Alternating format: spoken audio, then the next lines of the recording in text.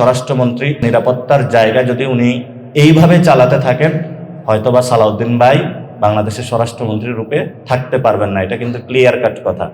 উনি যদি নাগরিকদের নিরাপত্তা না দিতে পারেন, তাহলে সালাউদ্দিন ভাই গন কেস।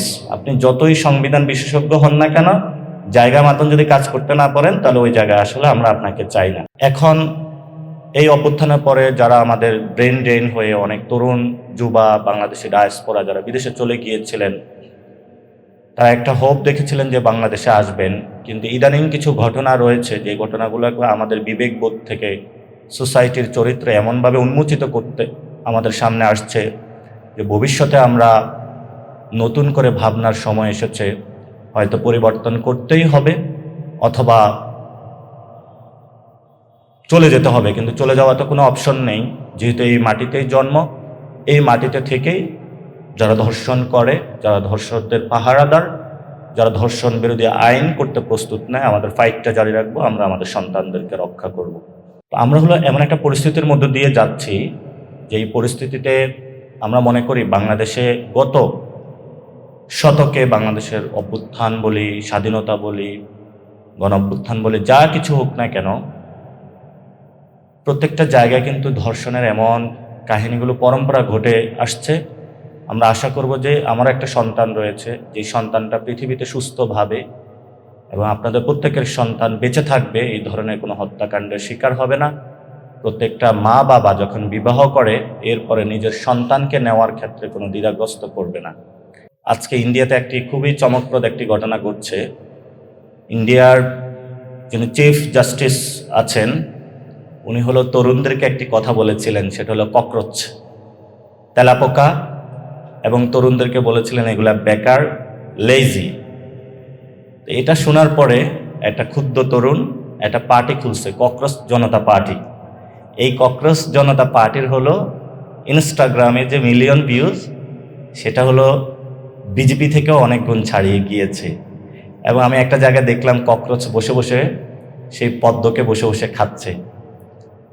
তো আমরা বাংলাদেশের পক্ষ থেকে যারা এই অনলাইনে জেনজিদের যে মুভমেন্ট শুরু হয়েছে ইন্ডিয়াতে কারাপশনের বিরুদ্ধে, তাদের সাথে সংহতি জ্ঞাপন করছি। এবং আমরা মনে করি সাউথ এশিয়াতেই যে পরিবর্তনের সূচনা এসেছে, নেপাল থেকে শ্রীলঙ্কা, সেই পাকিস্তান থেকে মায়ানমার, প্রত্যেকটা জায়গায় নতুন করে সাউথ এশিয়া আবার ঘুরে দাঁড়াবে, সেই জায়গায় আমাদের সংহতি বিরাজমান থাকবে। আজকে যেই টপিকগুলো আমরা নির্ধারণ করেছি আমি খুব ছোট্ট করে শেষ করব। প্রথমত কর ব্যবস্থা হলো সংস্কার। কর ব্যবস্থা সংস্কার করা কেন জরুরি, একটু আগেই এই বিষয়গুলো নিয়ে খান জহিরুল ইসলাম ভাই বলেছিলেন। কোন দেশের কতটা রেশিও, বাংলাদেশে হলো 8.6 পয়েন্ট মাত্র আমরা কর নিতে পারি জনগণ থেকে। এবং এই করের ক্ষেত্রে সবচেয়ে বড় যারা গরিব মানুষ তারা কর দিয়ে থাকে, এবং যারা বড় লোক তারা কর তো দেওয়া দূরের কথা, আবার আমরা যে করগুলো দিয়ে থাকি সেখান থেকে হলো তারা লুট করে নিয়ে যায়। তো বাংলাদেশে যদি আমরা কর ব্যবস্থা শক্তিশালী না করি, তাহলে নাগরিকদের এবং রাষ্ট্রের মধ্যে যে সম্পর্ক, সে সম্পর্কের জায়গায় কিন্তু ভাটা পড়বে। মানুষ যখন দেখবে যে আমি গরিব হওয়ার কারণে কর দিতে হয়, তুমি বড়লোক হওয়ার কারণে কর দিতে হয় না, এই যে সমাজের যে বৈষম্য, সেই বৈষম্য থেকে কিন্তু জনগণ রাষ্ট্রের প্রতি আস্থা হারায়। তখন টিন সার্টিফিকেট থেকে শুরু করে বিভিন্ন জায়গায় মানুষ প্রতিবাদ শুরু করে, আমি হলো ট্যাক্স দিব না, এবং মানুষ তাদেরকে হাইড করার চেষ্টা করে। সুনাগরিক হয়ে ওঠার জন্য কিন্তু রাষ্ট্রের একটি বড় দায়িত্ব রয়েছে। সেই দায়িত্বের জায়গা থেকে যদি রাষ্ট্র এটা দায়িত্ব পালন করতে না পারে, তখন কিন্তু রাষ্ট্র ব্যবস্থা সেটা হলো ধ্বংসের মুখে পতিত হয়। আমি ছোট্ট কয়েকটি বিষয় আলোচনা করে শেষ করব। যারা আপনারা সাংবাদিক ভাইরা এসেছেন, আমাদের কিন্তু সাংবাদিক জগতে অনেক মানুষের সাথে যেটা পরিচয় হয়েছে, যখন আমি ইলেকশন কমিশনে গিয়েছিলাম, সেখানে হলো নির্বাচনী ব্যবস্থার উপরে যারা স্পেশাল নিউজ করে তাদের একটা সেকশন আছে, আবার সুপ্রিম কোর্টে যারা আছে তাদের একটা স্পেশাল সেকশন আছে, সাথে সাথে এই অর্থনৈতিক কাঠামো নিয়ে যারা কাজ করে তাদেরও একটা স্পেশাল সেকশন আছে। তবে এটা খুবই স্বল্প মাত্রা এবং কম। তো সেই ক্ষেত্রে আমি আতিক ভাইকে বলবো, সাংবাদিকতার জগৎ থেকে যারা অর্থনীতি নিয়ে কাজ করে, অর্থনৈতিক ব্রিডগুলো করে, প্যানেলিস্টে ভবিষ্যতে যাতে এই ধরনের লোক থাকলে তাহলে আমরা আমাদের মেসেজগুলো ওই কমিউনিটির মধ্যে আরও বেশি ছড়িয়ে দিতে পারবো। তো যারা এনসিপির এখানে নেতৃবৃন্দ উপস্থিত হয়েছেন আপনাদেরকে ধন্যবাদ জানিয়ে আমি কয়েকটি কথা শুরু করব। প্রথম হলো, যখন আমরা এই আলোচনাটা করছি ঠিক এর একদিন আগেই 6 বা 7 এত বৎসরের রামিসাকে ধর্ষণ করেছে এবং পরবর্তীতে তার যে লাশটা পাওয়া গিয়েছে সেই লাশের খাটের নিচে হলো বডির পাওয়া গিয়েছে, আর যে মাথা এটা হলো ওয়াশরুমে পাওয়া গিয়েছে এবং তাকে ধর্ষণ করার পরে যে জবাই সেটাতে যিনি ধর্ষণ করেছে তার স্ত্রী হলো তাকে হেল্প করেছে। আর রামিসার মা যখন এই হত্যাকাণ্ড ঘটে, ধর্ষণ ঘটে, সেই সময়ে ধর্ষকের যে দরজা তার সামনে হলো তার জুতা দেখেছেন। ইন্টারভিউয়ের সময় হলো এনবিআর এর সংস্কার কথা তোলা হয়েছিল। এনবিআর হলো 2টা গ্রুপ হয়ে গিয়েছিল এবং একটা গ্রুপ হলো এসে বলতেছে, ভাই তোমাকে হলো 150 কোটি টাকা দিব এবং এই এনবিআর এর এই পোস্টে হলো আমাকে বসাতে হবে। তো 2টা পক্ষই দেখি বিভিন্ন জনের কাছে গিয়ে লবিং করে। তো আমি তাকে জিজ্ঞেস করলাম, ভাই এই টাকাটা আপনি উঠাবেন কিভাবে? বললো এটা তো একটা চুটকির বিষয়, এটা হলো বসলেই চেয়ারে হলে উঠে যাবে। এবং একটু আগে উনি বলেছিলেন এনবিআর এর মধ্যে অসাধু কিছু কর্মকর্তা যারা এই ধরনের দুর্নীতিগুলোর সাথে জড়িত। তো আমরা একটা শক্ত স্টেপ নিয়েছিলাম।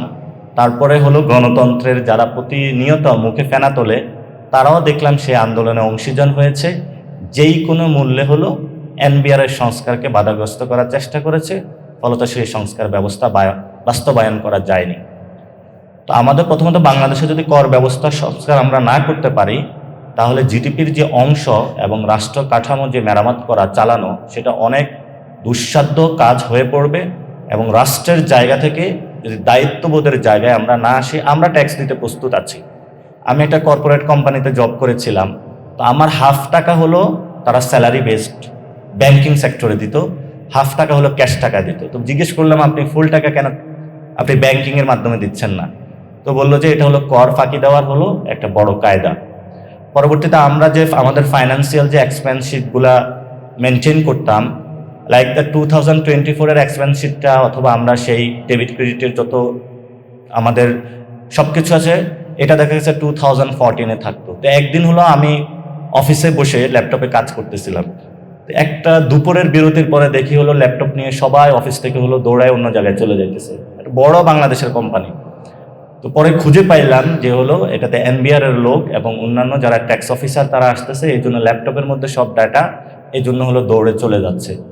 আর একটু পরবর্তীতে খোঁজ নিয়ে দেখলাম যে ওই অফিসের বড় বড় যারা কর্মকর্তা কর্মচারী এনবিআর হলো তাদের প্রতিদিন একটা বড় ধরনের যাতায়াত আছে, সে যাতায়াতের মধ্য দিয়ে এই ট্যাক্স ফাঁকিগুলো তারা দিয়ে থাকে।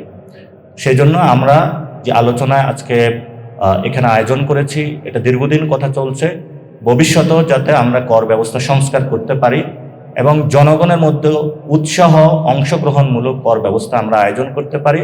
ইনশাআল্লাহ এনসিপি যখন ক্ষমতায় আসবে তখন আমরা এই নিশ্চয়তা বিধান করব যাতে হলো বড় বড় রাঘব বোয়াল আছে যারা ট্যাক্স ফাঁকি দিয়ে যাচ্ছে তাদেরকে আমরা ট্যাক্সের আওতায় নিয়ে আসব এবং ট্যাক্স ব্যবস্থা সংস্কার করতে গিয়ে যত বড় হনু হোক, গণতন্ত্রের দরজাদারের মুখে ফুটে উঠুক, তারা যদি এখানে এসে আমার কি টাইম শেষ?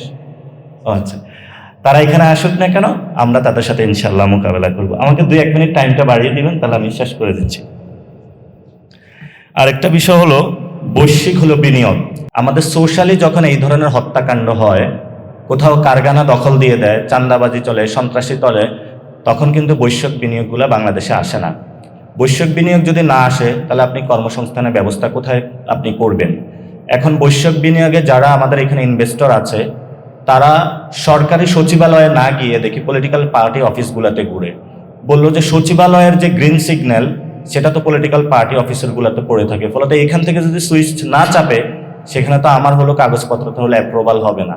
তো ওরা একটা পর্যায়ে চাইনিজ অনেক ইনভেস্টর বলে, ভাই কত টাকা নেবেন নেন, আমার তাড়াতাড়ি কাগজপত্রগুলো ছাড়েন। ফ্যাক্টরি সেট আপ করে ফেলে, সব কিছু সেট আপ করে ফেলে, তারপরে ভাইজান রাতের বেলায় ফোন দেয়, টাকা দিবেন, দিলে দেন, না দিলে হলো সব কিছু আপনি আপনার যা কিছু আছে গুছিয়ে হলো বিদেশ রওনা হন। এই পরিস্থিতির মধ্য দিয়ে যাচ্ছে, এগুলো আমরা খুব কাছ থেকে দেখেছি। আরেকটা বিষয় হলো যে ব্যাংকিং খাত সংস্কার, এটা নিয়ে অলরেডি কথা বলেছেন, একজন অ্যাকাউন্টেন্টকে বসিয়েছে যে হলো পল্টন মোড়ে একটা সময় হলো ব্রোকারেজ এক্সচেঞ্জ তার একটা ব্যবসা ছিল। তো আমার অনেক ব্রোকারেজ হাউসের সাথে কথা হয়েছে, বললো যে ভাই আমার টাকাও মেরে দিয়েছে, ওর টাকাও মেরে দিয়েছে। এত বড় একটা সন্ত্রাসী এবং ঋণ খেলাপি কিভাবে বাংলাদেশ ব্যাংকে গিয়ে বসে? এটা হলো আমাদের গণতন্ত্রের একটা এবং বাংলাদেশে হলো ন্যাশনালিস্ট যে ফোর্সের আছে তাদের একটা বদান্যতা। তাদের বদান্যতায় যে এই ধরনের একটি ব্যবস্থাও হতে পারে। তো অনেক ব্রোকারেজ হাউসের যিনি মালিক আছেন তারাও এখন এসে বসে আছে, আমাদের কাছেও লবিং করে। তো ও যদি হইতে পারে তাহলে আমি হইতে পারবো কেন? আমি তো ওর থেকে কম মেরেছি, ও তো আমার থেকে বেশি মেরেছে। এই হলো আমাদের দেশের অবস্থা। শেষ যে দুইটা টপিক, পুঁজিবাজার উন্নয়ন। পুঁজিবাজারের মাফিয়া থেকে শুরু করে আজকে পুঁজিবাজারের অন্যতম মাফিয়া ছিল সালমান এফ রহমান। সে বলতেছে এত গরম লাগতেছে যে আমি গরমে হলে মারা যাবে। সেই যে পুঁজিবাজারে অনেক মানুষকে নিঃস্ব করেছে, যেই মানুষগুলো হলো গলায় দড়ি লাগিয়ে আত্মহত্যা করেছে। আপনার ট্রাস্ট, জনগণের আস্থা যদি না থাকে আপনি কিন্তু অর্থনৈতিক কর্মকাণ্ড চালাইতে পারবেন না। অর্থনৈতিক কর্মকাণ্ডের অন্যতম একটা জায়গা হলো আস্থা।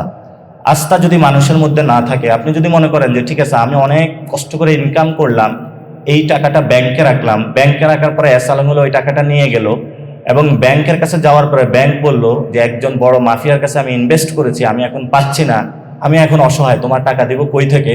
ওই ব্যাংক মালিক হলো পরবর্তীতে একটা সচিবালয়ে গিয়েছে, রাজনৈতিক অফিসে গিয়েছে, সেখানেও তাকে বলল যে ভাই আমাকে উদ্ধার করেন। তারপরে অ্যাসালামের কাছে ফোন করেছে, আপনি নাকি অনেক টাকা নিয়ে গিয়েছেন। বলল ঠিক আছে, তোমার ভোট ব্যাংক যখন কালেক্ট করেছো আমি তো তোমাকে দাঁড় করিয়েছিলাম, তোমাকে ইনভেস্ট করেছি, টাকা দিয়েছি, চুপচাপ হলো নিজের আসনে গিয়ে গুছাও, কাজ করো, আমাকে আমার মতন ব্যবসা করতে দাও। এই হলো আমাদের বর্তমান ব্যাংকিং সেক্টর এবং ব্যাংকিং খাতের অবস্থা।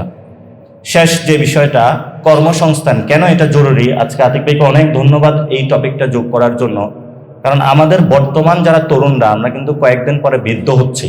কারণ আমাদের যারা প্রাইভেট সেক্টরে জব করছেন এবং সরকারি সেক্টরে জব করছেন, তাদের যদি পেনশন কাঠামো যদি সংস্কার না করা হয়, ভালো মতন গড়ে না তোলা হয়, সোশ্যাল সেফটি নেটসগুলো যদি তাদেরকে না দেওয়া হয়, তাহলে এই 50% তরুণ কিন্তু আগামী 10, 15, 20 বছর পরে তারা কিন্তু বৃদ্ধ হচ্ছে।